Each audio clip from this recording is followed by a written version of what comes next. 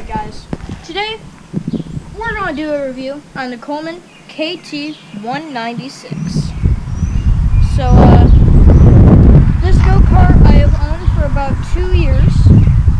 I'm going to tell you pros and cons, just a full-on review. So first, let's come back over here and let's show you some modifications. Alright, so if you look back here, Mr. Cameraman, there is a screw. Now that screw is for the high throttle screw. So you back that out a bunch and you get a bunch more throttle. This thing started off as a very slow go-kart, but now it's pretty it's fair, okay? The engine is a regular Honda clone. I also have a homemade catch can. Now, for those of you who don't know what a catch can is, it is basically a can. Well, first, let me tell you what it also goes to. So right here, right there is this little cord. Now, it would go up into this inlet right here. It would go up into this inlet right here, if you can see it. And basically, what you would do is this would be hooked up onto there. Now what happens is basically when you're running ungoverned high throttle, what would happen is the unused oil from the cylinder would go through here and into the carburetor. Now if you want performance, that's not going to work out for you. You're going to be smoking, not going to be fun. So usually it'd be like an aluminum catch can. Now it'd go into there, it'd go into the catch can, it'd collect all the oil, and it'd have a little feed that goes back into the engine. But I didn't have that. Limited resources. No fuel line, no nothing. So I took a water bottle, cut a hole in the top, and this slides right over it nice and snug. And yeah. Now also you're going to want to cut a vent into it, as I did right there. Because if you don't have that, it's just going to fill up and burst. Not with oil, but with air that's coming through here, hot air, because that will come through there. So basically, that's what I did there. Pretty easy. Fuel shut off and choke. Like I said, regular Honda clone.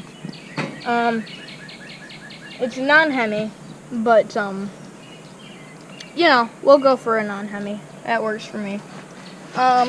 Let's move around to up front. How about that? Alright, so this does have hydraulic brakes, but right now they're not working because if you look in here, there is a bunch of rust, and it's basically like a piston if you look at it.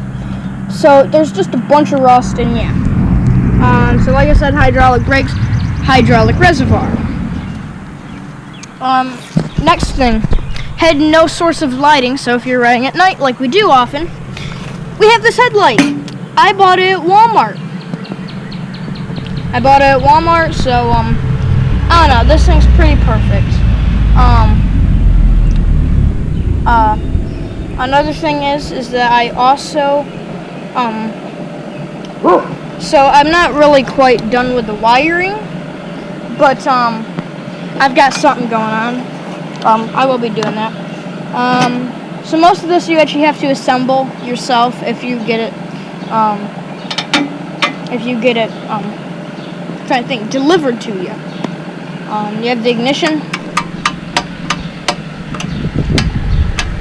Super easy, unless you can't read.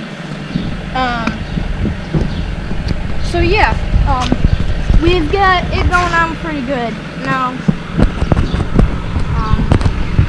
Another thing about this is that the gas. With it being like that, you can't get gas into there without some sort of super long funnel. Now we didn't have that, so what we did was we cut up 3 hot bottles and stuck them together, and that seems to work perfectly fine to pour gas into there. So yeah, how about a startup, eh?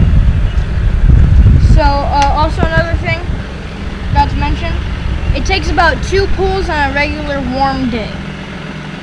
But in the winter, we live in Michigan, it gets to pretty cold temperatures, so it's very hard to start in the winter. For instance, this winter we had wind chills of -40 degrees. So yeah, Gabriel just, gave you a little thing. It gets cold down. So yeah, how about I start up, eh? So like I said, now today it's about 73 degrees, so it should only take 1. So, ready? Might want to back up, Mr. Cameraman.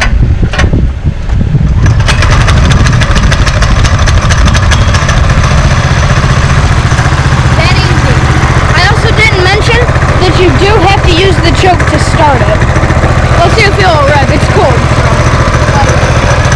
I'm touching the exhaust, and it's cold. It's not warm.